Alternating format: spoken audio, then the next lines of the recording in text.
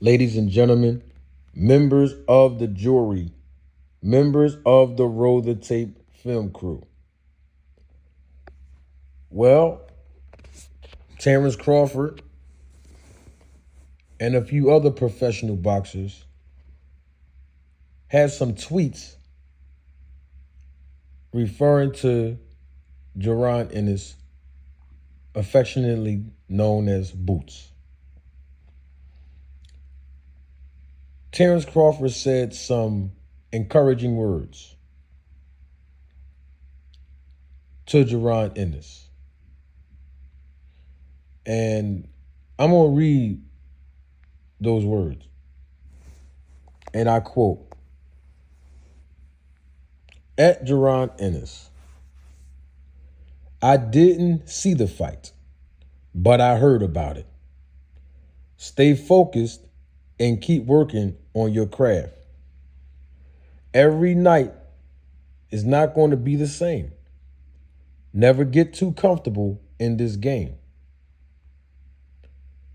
If you're trying to get to the mecca of the sport, stay on your mission, because all it takes is one slip up." End quote. That was the tweet from Terence Bud Crawford to Boots. Now, I want to say that I find it extremely interesting that Terence Crawford would tweet those encouraging words to Boots. And I'll tell you why. I find it extremely interesting. Number one, reason. Or should I say the first reason? Yeah, that sounds better. The first reason why I find it extremely interesting that Terence Crawford would tweet those words to Boots. Because in Terence Crawford's last fight, I didn't see him tweet those things about himself. What I'm saying is, after he won against Madrimov and he didn't meet the expectations of his fan base and some people in the boxing community, he didn't tweet to encourage himself. In other words, he didn't say those same exact words about himself, or even similar words to encourage himself to defend against the criticisms referring to the way he looked and the way that people believed that he underperformed in his fight against Madrimov, which was in August a few months ago.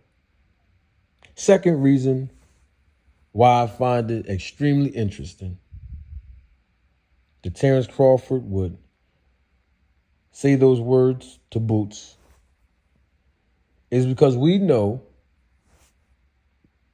that Boots and Bud and their fans have gone back and forth through the media and in media spaces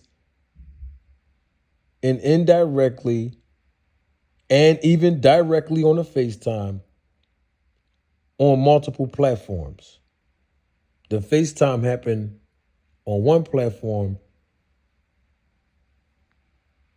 which was $1 million worth of game, but the other indirect messages they were sending toward each other and about each other were on other platforms. And so they have a history of not being in agreement to them fighting each other when they were discussing fighting each other and the timing of them fighting each other, all the way up into the interest of them both equally wanting to fight each other. So I find it interesting, extremely interesting, that these two guys who have seemingly been or seemingly become arch enemies in the sport of boxing, Terence Crawford would send out that tweet to encourage Boots. I also find it extremely interesting.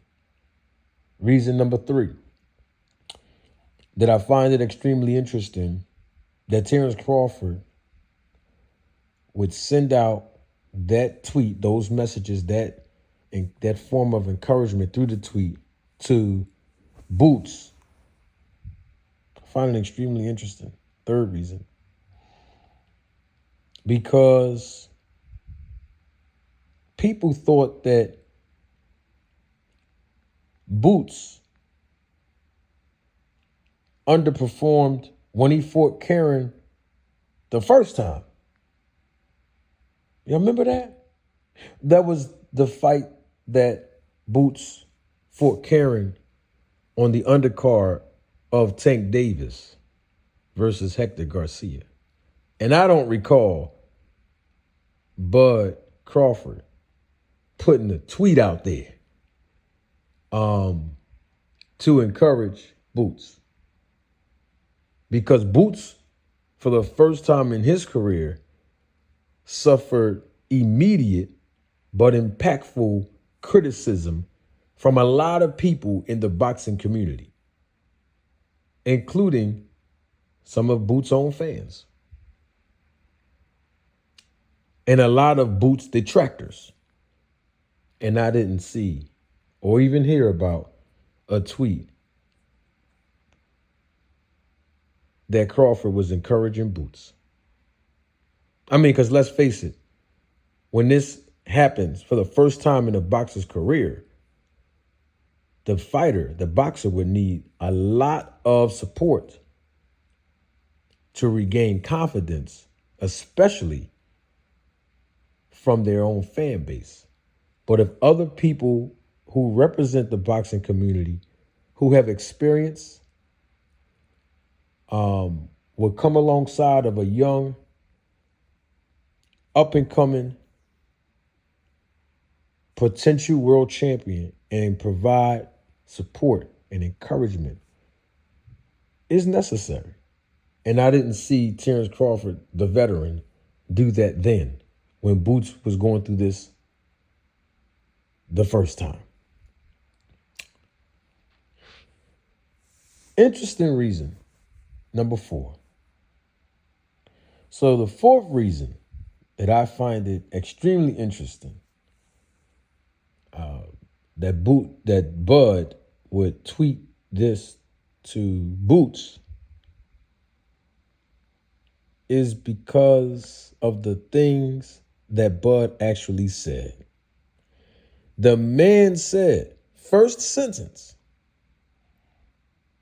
"I did see the fight, but I heard about it." I think he meant to say I didn't see the fight. I didn't see the fight, but I heard about it. You mean to tell me Bud Crawford is going by hearsay? The man didn't even see the fight at all, but he heard about it. So that means that either Bud heard about it in the way that people perceive or feel or believe that Boots underperformed, or Boots lost, or Boots took a lot of punches, or whatever Bud Crawford heard about. He didn't even see it himself. Hey, don't get mad at me. I'm just telling you what he said. He didn't even see the fight, but he heard about it. I find that extremely interesting. I'm just saying that's what I found it extremely interesting. He didn't even see the fight, but he heard about it. So my thing is, if you didn't see the fight and you just heard about it, you couldn't DM the guy? I mean, I'm just saying, let's say if Bud Crawford saw the fight Not that he heard it. Let's say he didn't hear it. He didn't hear about it because he was an eyewitness. He saw the fight himself. Right? He made a public statement, which is fine. Everybody can make public statements. But I'm just saying, if it's genuine now. Now, I can see if Bud Crawford had no way, shape, or form of getting in contact with them, Boots or his dad, Bozy, or anybody in Boots' camp. I can see if he had no other possible way to get in contact with those guys, then I can see him making it public.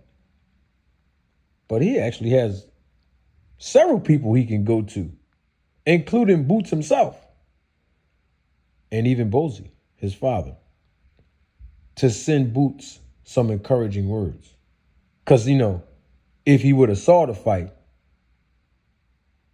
I think that would have made more sense to make it public that you saw the fight. That's why you're rendering a public statement. Excuse me. But he didn't even see the fight. So I find it extremely interesting. If you see something in live time, it triggers memories, it triggers thoughts, right? It triggers emotion. As a human, and sometimes we react to those triggers.